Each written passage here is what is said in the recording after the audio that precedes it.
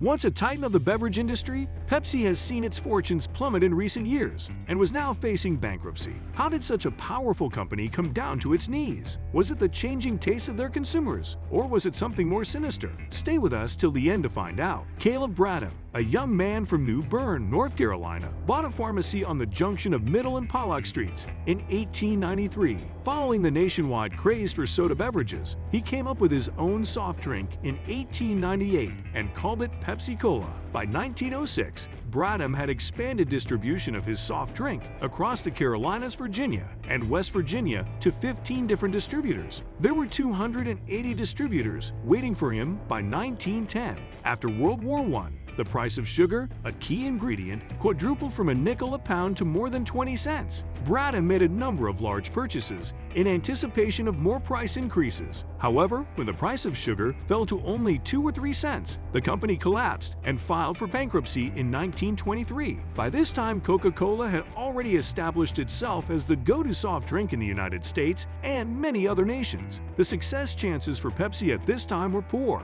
Roy McArdle, a New York-based investment seller, saw potential in the product despite its failure. Since Pepsi was losing money on sugar, he attempted to raise capital to save the company but was unsuccessful. After Pepsi filed for bankruptcy in the spring of 1923, a group of creditors purchased the rights to the Pepsi name, logo, and patents for only $30,000. In the summer of 1985, Roy McArdle started a new Pepsi-Cola firm and paid $35,000 to settle with his creditors. McArdle, now in complete charge of Pepsi, used personal loans to keep the business going and also relocated its headquarters and manufacturing facility to Richmond, Virginia. McArdle tried his hardest to keep the business going throughout the Great Depression, but he ultimately failed. McArdle's reorganized company, now known as the National Pepsi-Cola Corporation, filed for bankruptcy in June 1931. Again, at this point, a new player stepped into the game. Charles Guth ran the Long Island chocolate candy and chocolate soda factory, known as Mavis Candies. He sold the confectionery firm he founded in 1929 to Loft, incorporated for $600,000 worth of Loft shares. Loft, Mirror, and Happiness were all brands of confectionery shops owned and managed by Loft. Some even had soda beverages. Loft's stock and earnings dropped when the Great Depression started, and Guth became more frustrated with the company's previous management. Guth eventually won a proxy battle and assumed leadership of Loft. Guth was a man of strong convictions and views and was dissatisfied with Loft's partnership with an important supplier named Coca-Cola. Every year, Loft used 31,000 gallons of the special ingredient that, when combined with carbonated water, became the world-famous soft drink.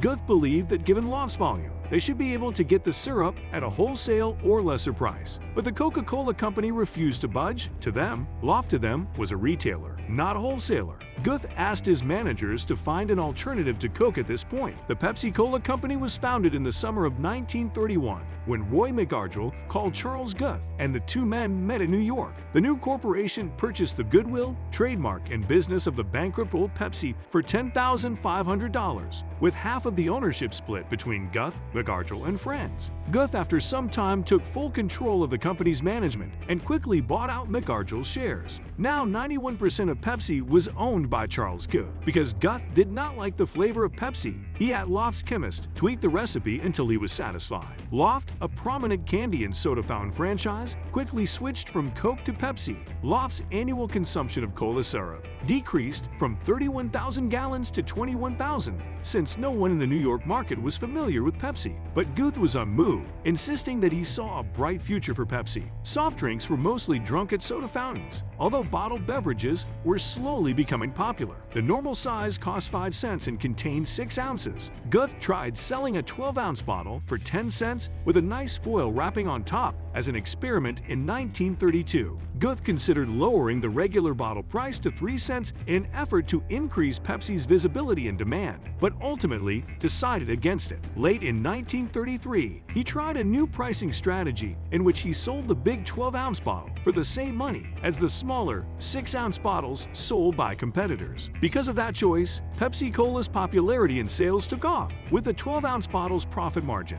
Charles Guth realized he had to grow Pepsi, or scale the business as it is more often known today. Hundreds of bottlers were recruited as he started bottling operations around the nation. He constructed the biggest soft drink facility in the world at Long Island City, New York, across the East River from Manhattan, where sugar could be unloaded from ships. In 1936, when Guth held 91% of Pepsi-Cola, the company earned $2 million annually. All seemed to be going well for Pepsi, but unfortunately there was a small problem. While Guth was the sole owner of Pepsi, he also served as the CEO of Lofts, in which he was a significant shareholder but not the sole decision-maker. Guth focused solely on Pepsi. He ensured that Lofts would provide financing for Pepsi's expansion. Pepsi's success was due in large part to the efforts of Lofts' staff and infrastructure. Meanwhile, Lofts' primary candy store business went from profitable to losing nearly $1 million per year. Guth reduced the salaries of numerous Loft workers and laid off part of the staff as a cost-cutting measure. Guth was locked in his office at Loft's headquarters when the workers went on strike. The police were called to remove him from the premises. This was obviously a bad decision. Guth's resignation was accepted by the board of directors, and he was replaced as president of Lofts. At first, everything seemed to be going normally, at least from Guth's perspective. James Kartner, Lofts' new boss, found himself in a difficult position. The firm had run out of money and was losing money. Kartner tried desperately to get investors, but they showed little interest. When it was pointed out to him that Pepsi had been created using Lofts' resources, humans, capital, and infrastructure, he thought that Lofts should claim ownership of the company. Pepsi was valued about $30 million, as earnings increased to $3 million, then $4 million.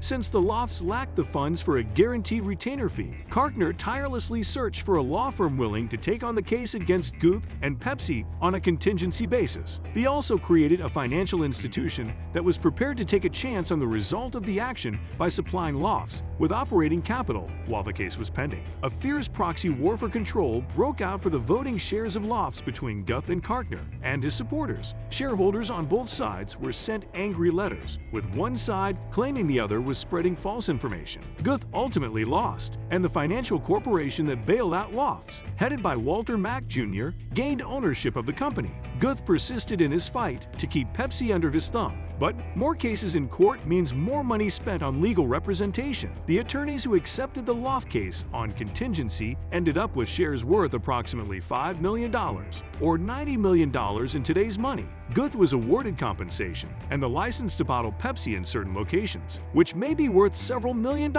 After the dust cleared, Lofts, however, suddenly controlled 80% of Pepsi-Cola and its stock surged. Lofts, now led by Walter Mack, became the Pepsi-Cola Company in 1941. Pepsi kept expanding its famed brand, which had been established by Bradham and Guth. Former Coca-Cola executive Albert Steele replaced Walter Mack, and his actress wife Joan Crawford became a prominent spokesperson for Pepsi. The firm revolutionized the soft drink industry by creating more visually appealing bottles and more memorable advertising slogans to compete with Coca-Cola. Though it lagged far behind Coca-Cola in every category, Pepsi started a long tradition of having great CEOs. Don Kendall, CEO of Pepsi from 1965 to 1986, was widely recognized as the driving force behind the company's merger with Frito-Lay, headquartered in Dallas. The Frito firm, founded in San Antonio by the Doolin family, merged in 1961 with Herman Lay's Atlanta firm, the biggest potato chip producer in the country, to become Frito-Lay. About 30% of the newly merged company, PepsiCo,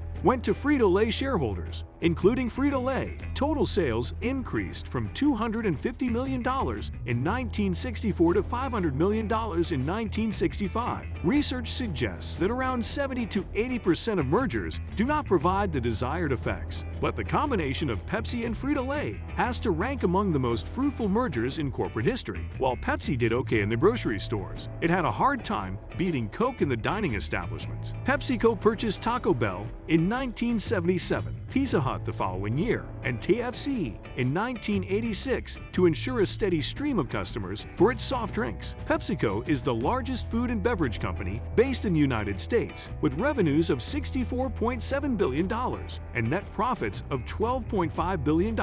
With a return on assets of 16%, PepsiCo landed at number 34 on Fortune's list of the 500 most successful American corporations. Return on assets for the still great Coca-Cola Company was under 8% on sales of $31.9 billion, resulting in a profit of $6.4 billion in 2018. So how did this difference in productivity arise? Well, Donald Kendall and Herman Lay deserve the credit for this. In 2018, Beverages North America contributed just 20% to PepsiCo's operating earnings, whereas Frito-Lay North America contributed 43%, as shown in the company's financial documents. Food accounted for 54% of overall business revenues, while drinks accounted for 46%. Salty foods seem to go nicely with non-alcoholic drinks. The main lesson which we can learn from this story is that it pays off to keep going and working hard, even if it takes many tries to succeed in something. That's all for today, guys. If you like this video, be sure to hit that like button, subscribe to the channel, and press the bell icon for any new updates. See you in the next one.